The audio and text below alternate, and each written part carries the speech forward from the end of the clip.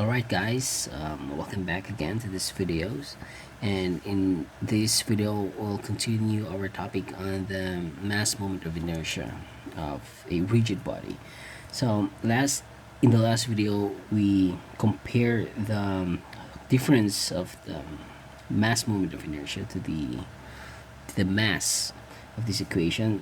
Recall that we have this m is equal to ig times the angular acceleration, and then for the translation we have f is equal to ma. So we say that this I sub g here is just actually similar to this mass on these equations, except that this equation talks about the translation, whereas this one is about rotation.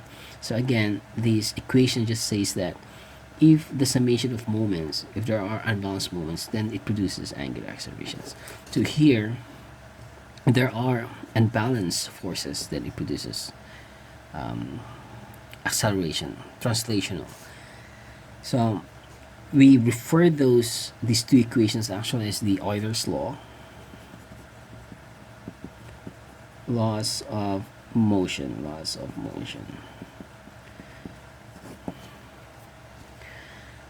Something like the extended Newton's second law, but I think it's better if we keep it this way to mention this one, the Euler's laws of motion. Okay, and then also we discussed the difference between this mass moment of inertia to the area moment of inertia. So we say that this one is actually about the area distribution of the object, whereas here it just talks about the mass distribution of the object. So they have actually almost similar equations, because this is just equal to let's say along the x some distance, let's say y squared, and then times the area.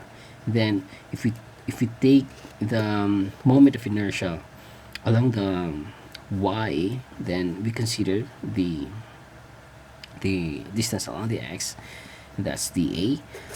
Okay, so to further illustrate, so we have this, for example, arbitrary area, and then we'll consider only this small portion, the differential area.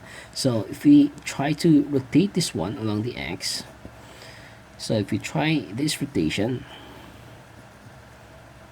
then meaning this is our axis of rotation.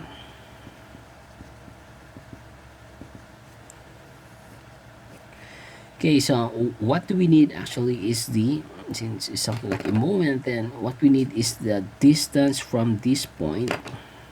Okay, this distance. So this is what we call the y. This is it. And then this axis of rotation, since it is along x, and that is the reason why this is it. That's I sub x. So if you rotate this area along this x, that's what the subscript denotes. I sub x along x is just equal to y squared dA. Okay, and then another one is for y axis. Then we're actually trying to consider this rotation. I mean this distance x. If we try to rotate it along this axis. Okay, so it's like this. I think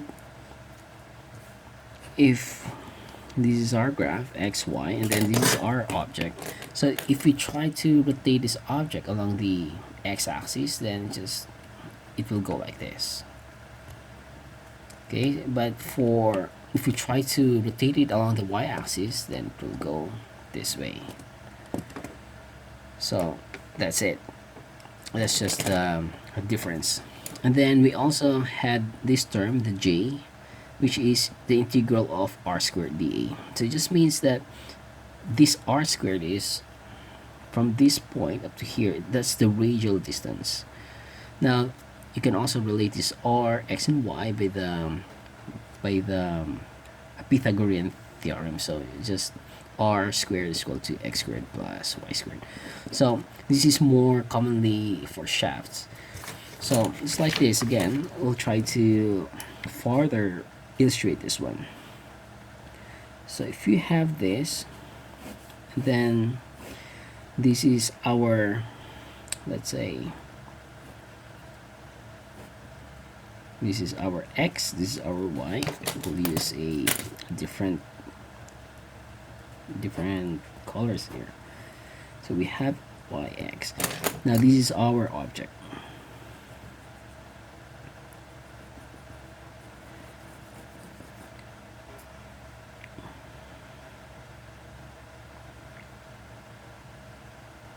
Oh, sorry. I think that's wrong. I think we'll draw it this way.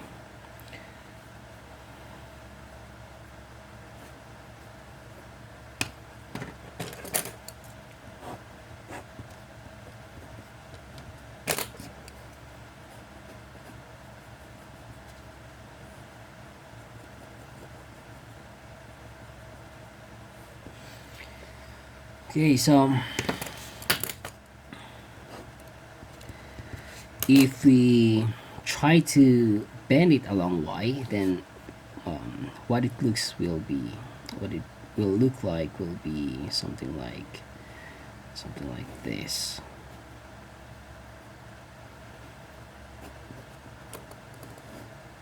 That's along the y, because this is the y, this is the x, and then this is the z. So this is the y. If you try to bend it on the x-axis, then what it will look like is something like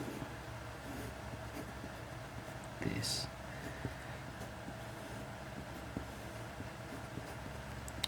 So I hope you understand now, but I don't know if that really shows the difference. Okay, so if you notice, the curve is along this x-axis, and then if it's y, then that's this one. Now for the z-axis, what it will look like actually is something like twist. So this is it.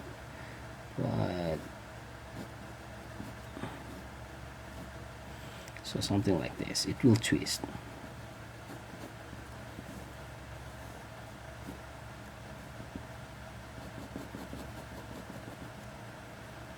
So let's say this is the z, then this is the x, then this is the y. Okay, so it's something like twisting. If you should work it here, so it's something like twisting like this. So that's it. It's harder to twist because this is a stainless steel, but that's what it looks like. Okay, so here we have actually the same equations. I choose just simply the mass distribution, and we consider this distance here. Let's say r squared times the m. dm, the differential mass. So it's just the same. We have x, y, and then let's say we have an arbitrary mass over here. Then what will be the mass moment of inertia? So that's the distance r squared. This is the equation. Now for, let's say, for complex curves or shapes, then we can use this integration. The same goes through with this area moment of inertia.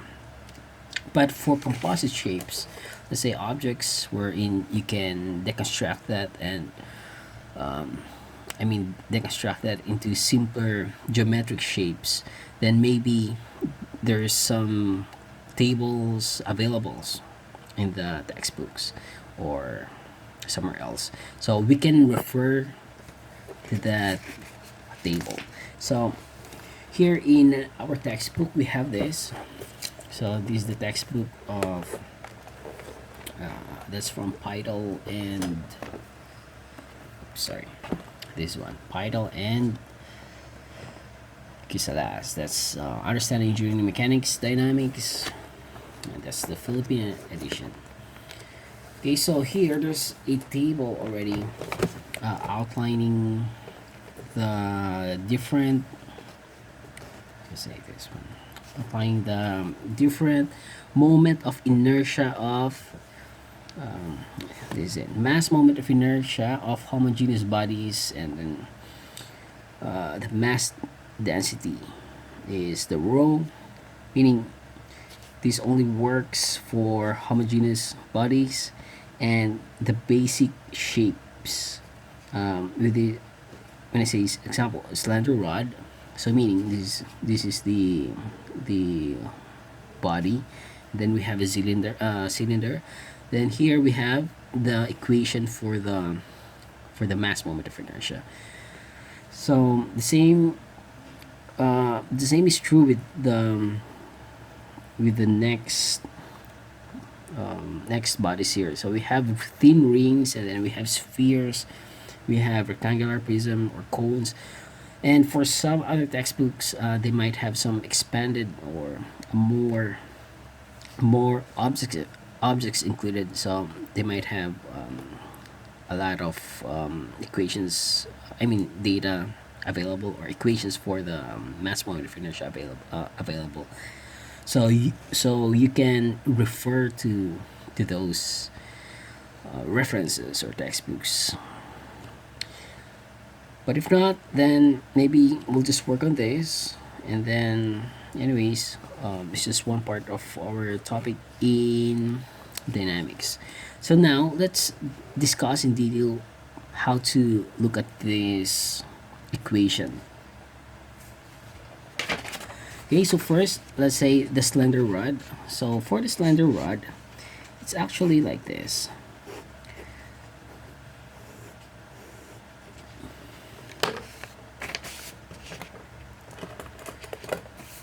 It says it has this G over here, the point G. That's the mass.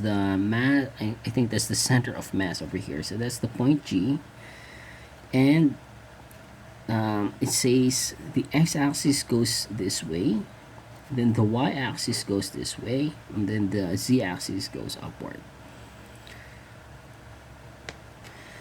Okay, so this is the orientation exactly in this illustration, and it says we have this length over here. That's the length of the slender rod.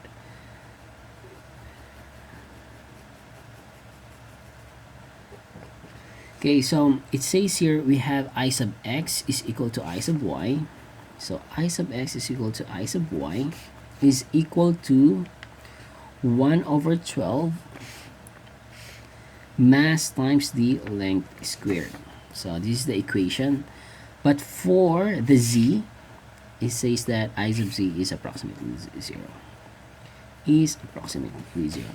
Okay, so what this means is actually this. If you try to rotate this, let's say you try to rotate this along the x-axis. So this is it. This is the equation for your mass moment of inertia. Then the mass moment of inertia is 1 over 12 mass times the length squared. And if you try to rotate it here along the y-axis, it's also the same. The equation is just the same. So of course, if we try, let's say this is your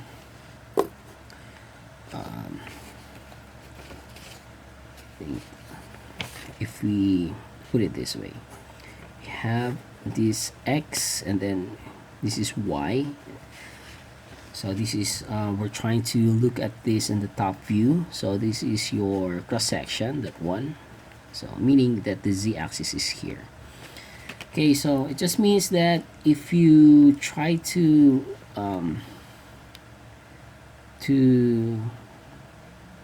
rotate it, or we'll use this one. I think much better if you use this one, or this.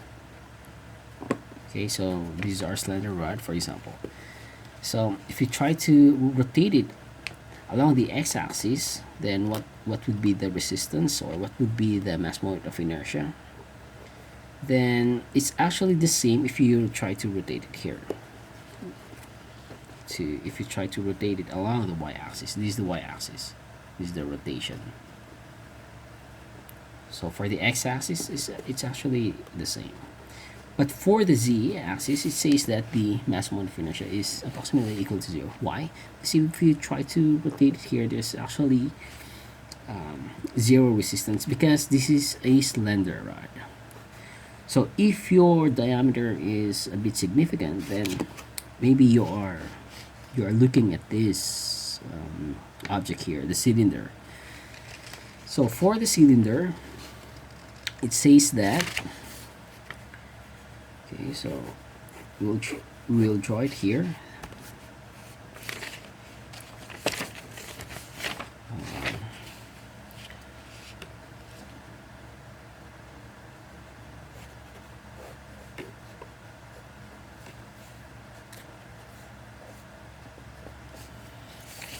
Okay, so this is our cylinder, and then our center of mass is here at that point, the point G. That's along this center point of the circle, and then the midpoint of this height.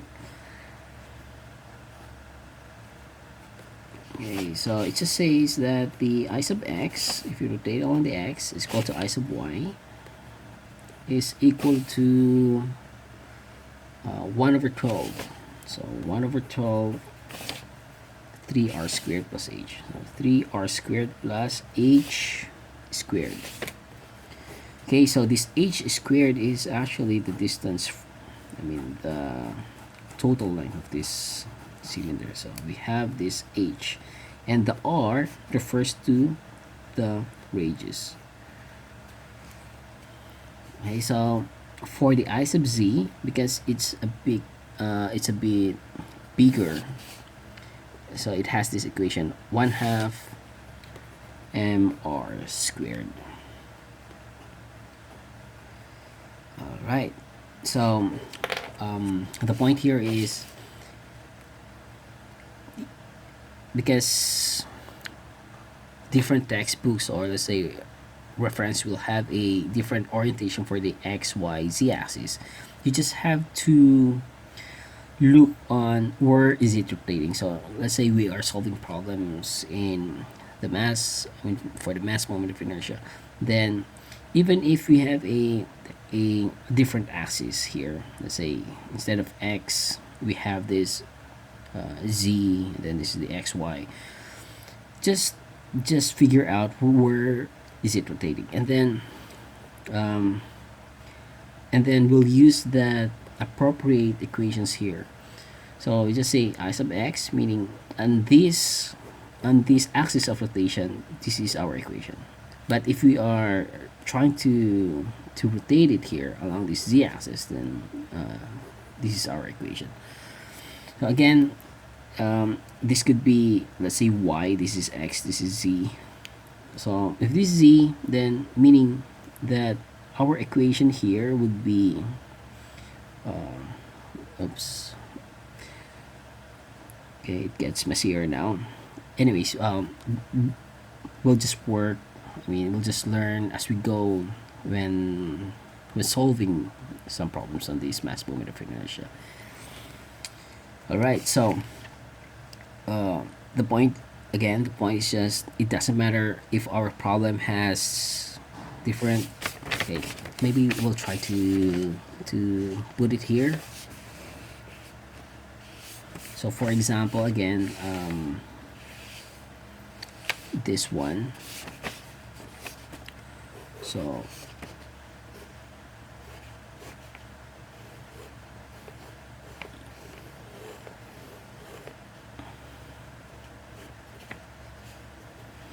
let's say this is my x, this is my y, this is my z. So I want to find the I sub z over here.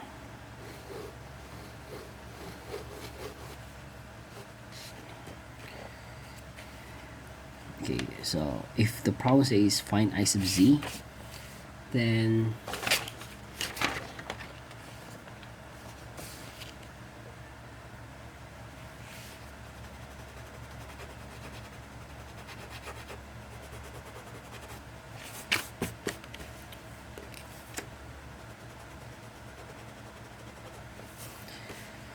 Alright, so for example, again, this is our problem, and we are trying to look for this I sub z, then meaning that I just have to look at this orientation. So here it's I sub x, it's not I sub z, and um, we have to use this. I mean the equation with respect to this axis of rotation. So even though this is I sub z and then this is I sub x, the one that I will use here is actually the one with the I sub x. So that's 1/2 mr squared. Okay, 1/2 mr squared. Okay, so again, take note, this is not about, I mean, this is just symbols, but you can change it. I mean, it can be changed depending upon the orientation of this UCS, this coordinate system. So the most important thing here is you know where to visualize where does it rotate, and then try to compare that to these available tables that we have. So one last thing, if I try this, let's say the cylinder, but this is my, for example, this is my x. I know that's the same, that's x. Now let's say this is my x, this is my y, and then this is my z. Okay, so if I try, let's say the problem says solve for I sub y, then what's the equation? So for I sub y, if you look at here, we have this 1/12 ml squared, but it's actually referring to a different axis here, so that's not gonna work. This is not the equation that we want. We want this equation regarding this axis over here. So that's I sub z is equal to 0. So here, this is y, so that's actually 0. So here in our problem, this is y, but here this is z. So just take a look at on how this axis is oriented. Right. So in the next video, we'll be doing let's say 2 problems regarding this mass moment of inertia. See you in the next videos.